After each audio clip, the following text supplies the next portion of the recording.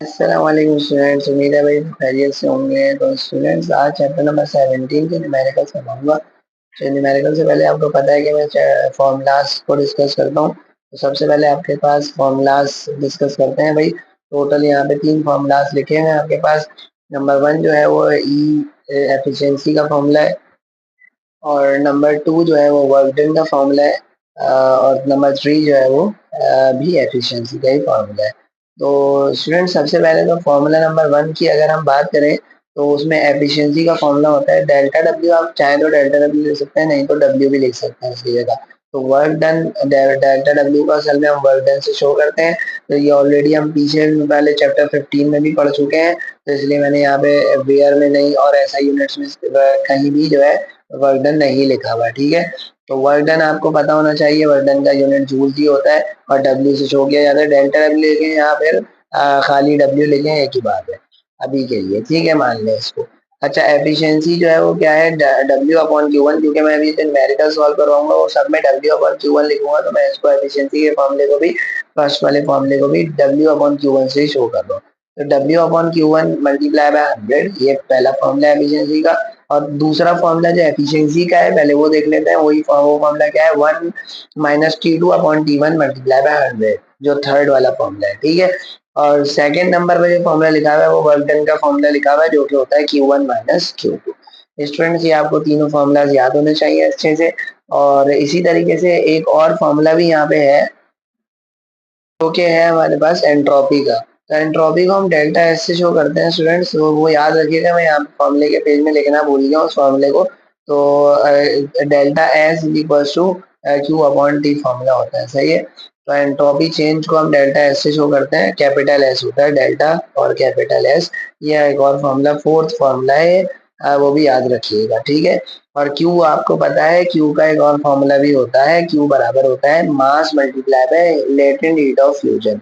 अभी मैं आपको ये फॉर्मूला क्यों बता रहा हूँ, क्योंकि अभी आगे जो न्यूमेरिकल्स हम करेंगे उसमें ये फॉर्मूलाज अप्लाई होंगे, ठीक है। तो आप उस वक्त भी याद रख सकते हैं फिलहाल, लेकिन अभी अगर आप चाहें तो अभी भी याद रख लें।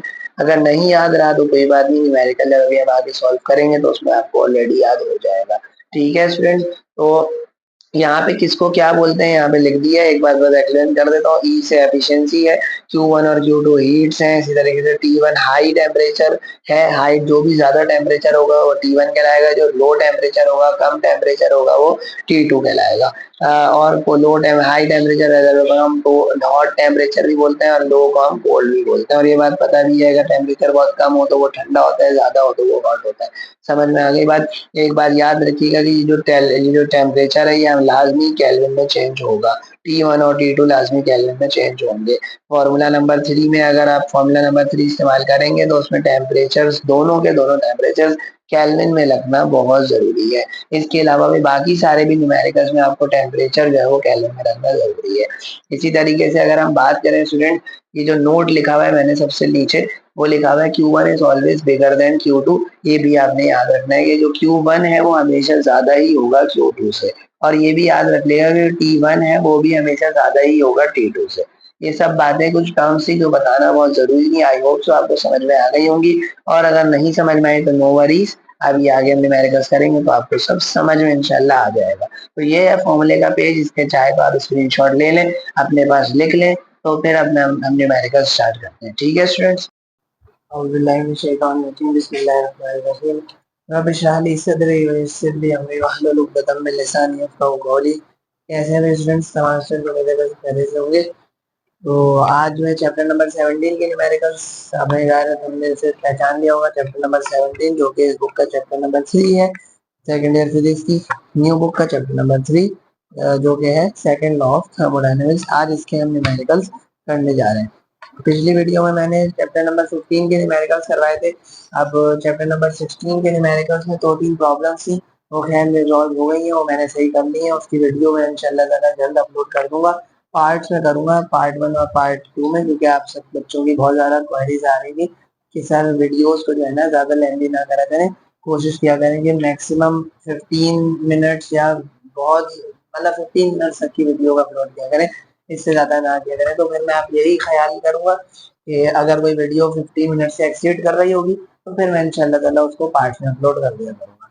ठीक है, चैप्टर नंबर 17 करते हैं। चैप्टर 16 के न्यूमेरिकल इंशाल्लाह ताला मैं जल्द अपलोड कर दूंगा, आपको मिल जाएंगे। इससे पहले मैं चैप्टर 15 ऑलरेडी करवा चुका हूँ न्यूमेरिकल से। फॉर्मूले के पेज आप सबके पास ऑलरेडी मौजूद है, आप जब क्लास में आते हैं तो आप सबको मैंने फॉर्मूले का पूरी बुक के फॉर्मूले के पेज दे चुका हूँ। तो किसी और बच्चे को अगर चाहिए तो मुझसे कॉन्टेक्ट नंबर शो हो रहा होगा, वो कॉन्टेक्ट कर सकते हैं, इंशाल्लाह मैं आपको प्रोवाइड कर दूंगा। बाकी अब हम बढ़ते हैं आगे, चैप्टर नंबर 17 जो कि यूनिट नंबर 17 जिसके न्यूमेरिकल्स है सेकंड लॉ ऑफ थर्मोडायनेमिक्स से। इसके भी टोटल 8 न्यूमेरिकल्स है। देखते हैं इस वीडियो में हम कितने कवर कर पाते हैं। ठीक है, तो चलें शुरू करते हैं भाई। सबसे पहले मैंने आपको ऑलरेडी फॉर्मूले का पेज जो है वो बता दिया है, पूरा एक्सप्लेन कर दिया है, तो आपको ऑलरेडी फॉर्मूले का सारे समझ में आ गए होंगे आई होपफुली। तो अब हम बढ़ते हैं, न्यूमेरिकल्स पढ़ते हैं और साथ साथ सॉल्व भी कर देते हैं। ठीक है, तो सबसे पहले जो लिखा हुआ है वो लिखा हुआ है अ कार्नोट इंजन टेक्स 200 जूल्स। अब जाहिर है एब्जॉर्ब कर रहा है इतनी जूल्स ऑफ एनर्जी। तो अभी मैंने आपको फॉर्मूले के में बताया कि एब्जॉर्ब जब करता है तो क्या होता है, वो Q1 कहलाता है। हीट एब्जॉर्ब जो है वो Q1 होती है जो कि 200 जूल्स है। ठीक है, न्यूमेरिकल नंबर 1 हम शुरू कर चुके हैं कि Q1 हमारे पास 2000 जूल है, sorry 2000 joules of heat from a reservoir at 500 kelvin does some work. और बोल रहे हैं इतनी टेम्परेचर से जो है ना, इतने टेम्परेचर के मैंने हमारे पास accounted engine takes 2000 joules of heat from a reservoir. एक रिजर्वायर से उसने कितने जूल्स हीट एनर्जी ली, तो फिर 2000 जूल्स। ठीक है, और उसके बाद from the reservoir at 500 kelvin, मतलब उसका टेम्परेचर आपके पास गिवन है कितना, 500 केल्विन। अब मैं पूरी डिटेल जो है वो जाहिर है आपके पास ऑलरेडी थ्योरी में पढ़ लेते हैं हम, तो मैं न्यूमेरिकल में सिर्फ न्यूमेरिकल वैल्यूज की बता रहा हूँ, पूरा पूरा एक्सप्लेन नहीं करूंगा। ठीक है, क्योंकि बच्चों को बेसिकली न्यूमेरिकल की सॉल्यूशन से जो है ना लेना देना होता है ज्यादा, तो मैंने नोटिस नोटिस किया है। ठीक है, खैर 2000 जूल्स ऑफ हीट एनर्जी हमारे पास गिवन है Q1, और 500 केल्विन टेम्परेचर गिवन है। ये क्यों T1 गिवन है ये अभी आपको आगे पता चल जाएगा। 500 kelvin does some work, discards some heat to a reservoir at 350 kelvin. अब जाहिर है आपको पता है हीट क्या कर रहा है, डिस्कार्ड कर रहा है। तो इस किस टेम्परेचर में हीट, कुछ एनर्जी उसने क्या करी, डिस्कार्ड करी, यानी हीट जो है उसने रिलीज करी। आगे यही बात पूछी भी होगी कितनी हीट रिलीज करी, वो अभी हम पढ़ लेते हैं। और ये 350 केल्विन आपको ऑलरेडी पता चल चुका होगा, फॉर्मूले के पेज को मैं समझा चुका हूँ। T1 और T2, Q1 Q2 से बड़ा होता है हमेशा, और T1 T2 से बड़ा होगा। ठीक है, तो ये 500 वाला जो है वो T1 होता है जो कि हमारे पास हॉट टेम्परेचर रिजर्वायर होता है, और T2 जो है वो कोल्ड टेम्परेचर रिजर्वायर होता है या लो टेम्परेचर रिजर्वायर होता है। तो हाई टेम्परेचर रिजर्वायर हमारे पास 500 केल्विन है जिसे T1 से शो करते हैं, और लो टेम्परेचर रिजर्वायर हमारे पास T2 गिवन है। आपको ये बात समझ में आ गई होगी, बहुत इजी से सिंपल सा रहता है इसका। How much heat is discarded. अब बोल रहे हैं कितनी हीट एनर्जी जो है ना डिस्कार्ड की गई है, इसका मतलब है आपको समझ में आ गई होगी हीट रिलीज कितनी की गई है, तो Q2 पूछा है। दूसरी बात, how much work does the engine do, कितना वर्क जो है ना इंजन ने किया है, वर्क डन मालूम करना है।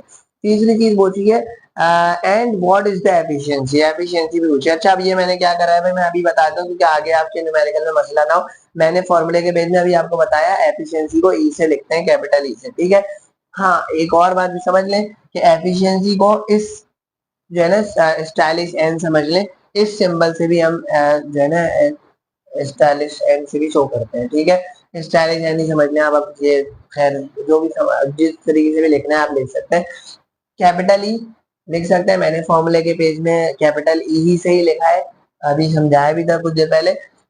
और एन जो है कैपिटल, वो ये जो स्मॉल एन है थोड़ा सा स्टाइलिश एन, ये जो है वो ये भी एफिशिएंसी का सिंबल है। तो आप चाहे तो ऐसे शो कर दें, चाहे तो ऐसे शो कर दें, कोई फर्क नहीं पड़ेगा। ठीक है, ये बहुत बहुत बात इंपॉर्टेंट थी इसलिए मैंने बता दिया। आगे देखें मैंने एफिशिएंसी को इससे ही शो करा, तो मैं कहीं अगर ऐसे भी शो कर दूं तो कोई ऐसा मसला होना नहीं चाहिए। सही है, आप जिस जैसे चाहे शो करें इसका कोई मसला नहीं होता। बेसिकली वैसे तो हमें इसी स्टाइलिश एन से शो करना पड़ता है, खैर आप इसे भी कर सकते हैं, इससे कोई ऐसा इशू है नहीं। ठीक है, तो आपको होपफुली डाटा समझ में आ गया होगा। हीट रिलीज जो है वो हीट एब्जॉर्ब जो है गिवन है, low temperature high temperature reservoir given है, लो टेम्परेचर रिजर्वायर गिवन है। तो ये हाई है ना 500, और 350 थोड़ा सा इससे कम है तो ये T2 है। और Q2 जो है वो रिलीज मतलब हीट जो है कितनी डिस्कार्ड करेगा। Q2 मालूम करना है, वर्क डन और एफिशिएंसी। तो सॉल्यूशन देखें, एफिशिएंसी का फॉर्मूला होता है 1 minus T2 upon T1 multiply by 100। Already आपको पढ़ा चुका हूँ ये फॉर्मूला में। अब डायरेक्ट से वैल्यूज पुट करनी है, T2 भी गिवन है, T1 भी गिवन है, इन दोनों को पहले डिवाइड कर लेंगे, T2 डिवाइड बाय T1 कर लेंगे और फिर माइनस कर देंगे, जो भी इसका आंसर आएगा उसको माइनस करेंगे 1 से। अब ये पूरी कैलकुलेशन तो बेटा मैं समझाने से रहा, आप सब सेकेंड ईयर के बच्चे हैं तो आपको ये एटलीस्ट ये बातें तो समझ में आनी चाहिए। हाँ, जो मुश्किल होगी वो मैं आपको बता दूंगा, ठीक है। खैर अभी बस ये बता देता हूँ भाई, ये दोनों डिवाइड होंगे, जो भी इसका आंसर आएगा 1 से माइनस हो जाएगा, मल्टीप्लाई बाय 100 हो जाएगा, तो ओवरऑल 30% आ रही है, जो कि बुक वाला ही आंसर है, ठीक है। एक बार याद रखिएगा, इस एफिशिएंसी वाले फॉर्मूले के लिए T1 और T2 ये जो हाई टेम्परेचर और लो टेम्परेचर रिजर्वायर्स है, इनका केल्विन में होना जरूरी है। मैंने आपको ऑलरेडी पहले फॉर्मूले के बेस में बता दिया है कि केल्विन में देख लीजिएगा, स्क्रीनशॉट सबसे पहले तो उसी का ले लीजिएगा, जब वीडियो के शुरू में मैंने आपको बताया भी है। तो खैर अब यहाँ पे एफिशिएंसी पता चल गया। एफिशिएंसी का एक और फॉर्मूला होता है जो कि होता है work done upon Q1 multiply by 100। तो इसको अरेंज कर लेते हैं, वर्क डन आ जाएगा। देखिए वर्क डन मालूम करना है तो ये Q1 एफिशिएंसी मल्टीप्लाई होगा और ये 100 नीचे जाके डिवाइड हो जाएगा, सही है। और इसको सब पुटिंग वगैरह करेंगे, एफिशिएंसी की जगह 30 पुट करिएगा, Q1 की जगह 2000 पुट करिएगा और इधर 100 पुट करिएगा। देखें ये बात आप एक और चीज भी देख सकते हैं, बल्कि वो अभी आ जाएगी आगे, एफिशिएंसी भी आ गई, ठीक है भाई। अच्छा यहाँ पे हमने Q2 नहीं निकाला, तो Q2 कैसे निकालेंगे वो मैं अंदर बता देता हूँ, यहाँ लिखना भूल गया हूँ मैं। तो ये आपको ऑलरेडी बात पता होनी चाहिए, W जो है ये फॉर्मूला आपके पास है ना, W is equals to Q1 minus Q, W आ जाएगा इससे, सही है भाई स्टूडेंट्स। इसके बाद ये वाला फॉर्मूला लगेगा, यहाँ मैं लिखना भूल गया हूँ।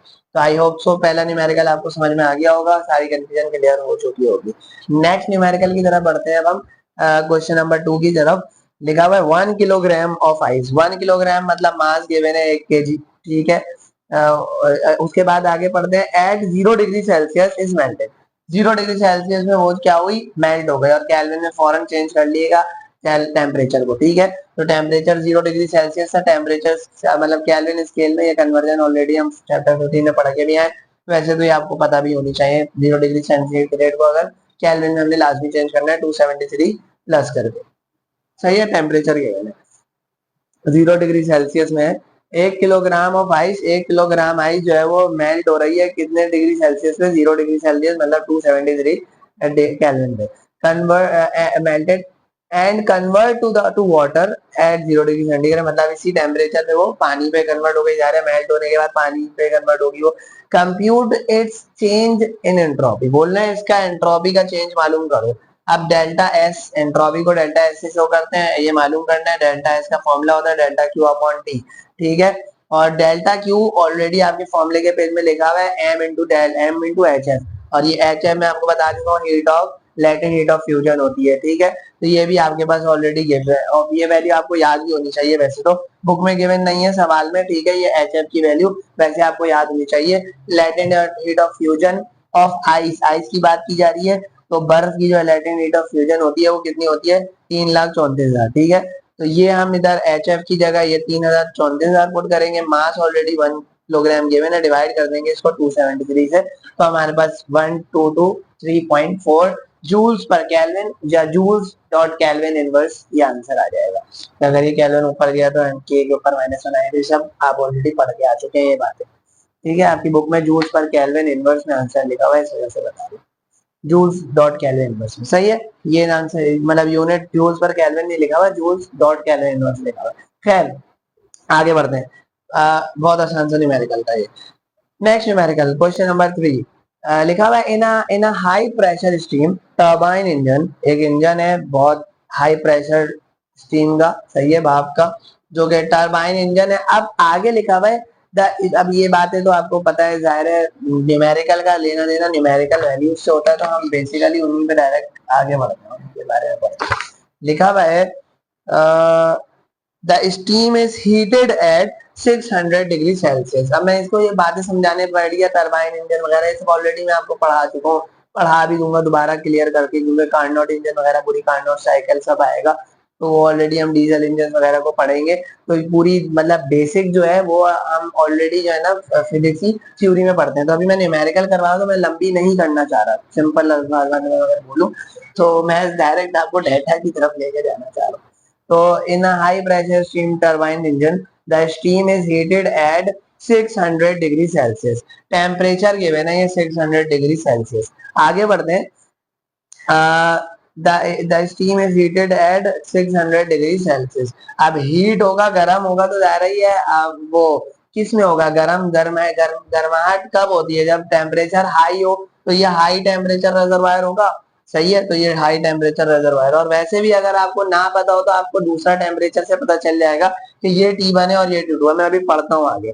The steam is heated at 600, ये टेम्परेचर गिवन है। फर्स्ट करें, अभी आपको नहीं पता ये T1 है, 600 degree Celsius, and exhausted at about 90 degree Celsius. सही है, तो 600 डिग्री सेल्सियस और 90 डिग्री सेल्सियस। अब आपको खुद अंदाजा होना चाहिए ये हाई टेम्परेचर रिजर्वायर है, ये लो टेम्परेचर रिजर्वायर है। तो T1 और T2, आगे बात समझ में। T1 हमारे पास हाई टेम्परेचर है, T2 हमारे पास लो टेम्परेचर है। अभी मैं बताता हूँ ये क्यों केल्विन में करा, ठीक है। आगे बढ़ते हैं। वैसे तो आपको मैं बता ही चुका हूँ भाई, इसमें क्या राज रखना। ऑलरेडी हम ये 600 डिग्री सेल्सियस को केल्विन में क्यों लेकर गए, मैं ऑलरेडी बता चुका हूँ, क्योंकि हमारे पास टेम्परेचर का जो यूनिट है केल्विन में सॉल्व करना होता है, इस वजह से। तो इसको भी केल्विन में कन्वर्ट कर लिया, इसको भी केल्विन में कन्वर्ट कर लिया। आगे बोल रहे हैं, what is the highest possible efficiency. Efficiency पूछिए, ठीक है। What is the highest possible efficiency of any engine that operates between these two temperatures? इन दो टेम्परेचर्स में क्या highest possible efficiency है भाई?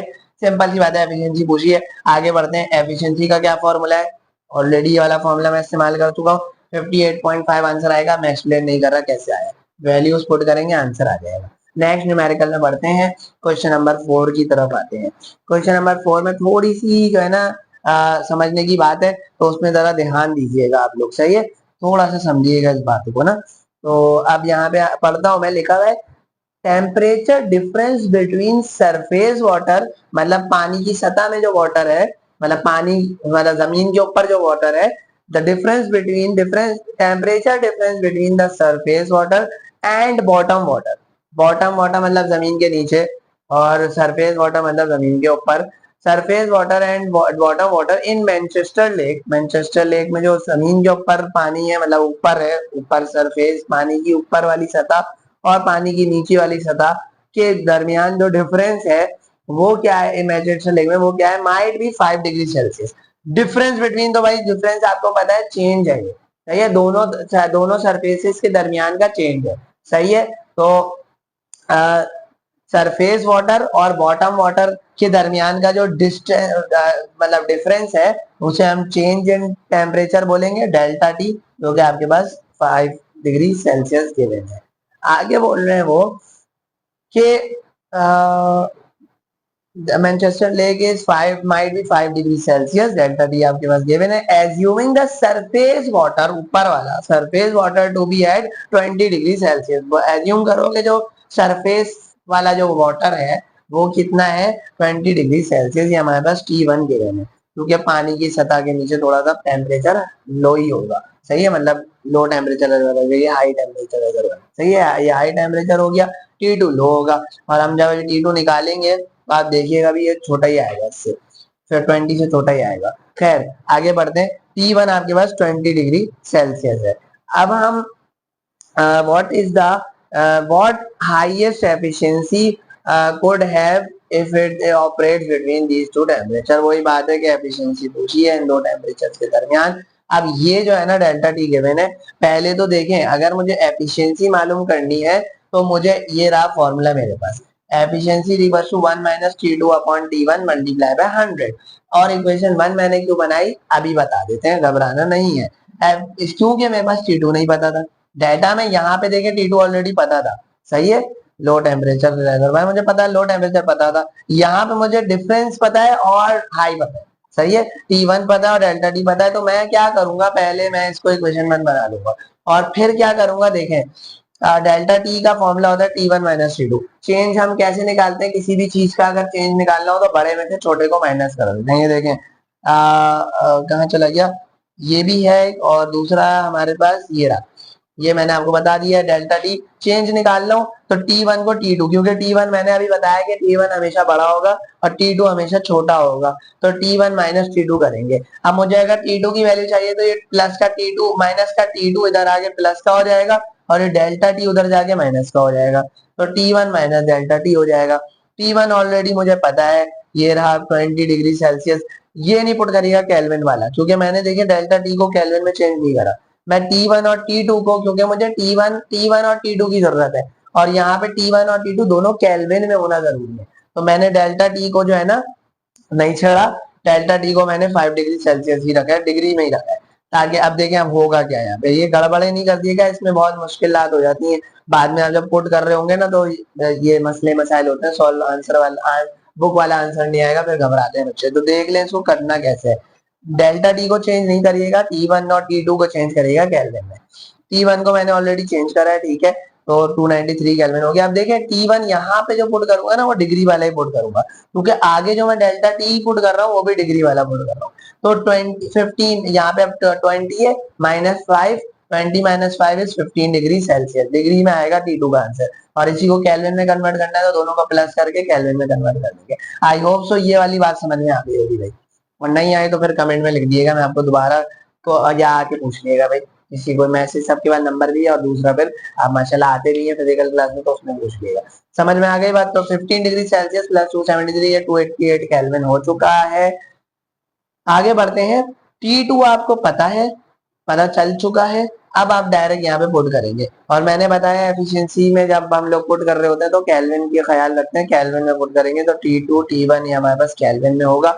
ये रहा 288 वाला, और ये रहा T1 हमारे पास 293 पुट करा, इन दोनों को डिवाइड करा, माइनस करेंगे 1 से, जो आंसर आएगा उसको मल्टीप्लाई कर देंगे 100 से, 1.706 आएगा। इसको अब बुक वाला अगर आंसर लिखना है तो 1.71 है बुक में आंसर, तो 1.71% लिख देते हैं, ठीक है। अब यहाँ तक आपकी बात समझ में आ गई है, तो अब होपफुली हम बढ़ते हैं नेक्स्ट न्यूमेरिकल की तरफ। अगर वीडियो की लेंथ देखूंगा मैं, वैसे तो कभी फ्लो में करवा रहा हूँ, तो मैं 5th न्यूमेरिकल सॉल्व कर रहा हूँ, फिफ्थ बाकी सारे 5th 6 7 8 सारे सॉल्व करके लिख रहा हूँ इधर। अगर वीडियो ज्यादा बड़ी हो जाएगी तो फिर मैं उनको अलग पार्ट अपलोड कर दूंगा, ठीक है स्टूडेंट्स।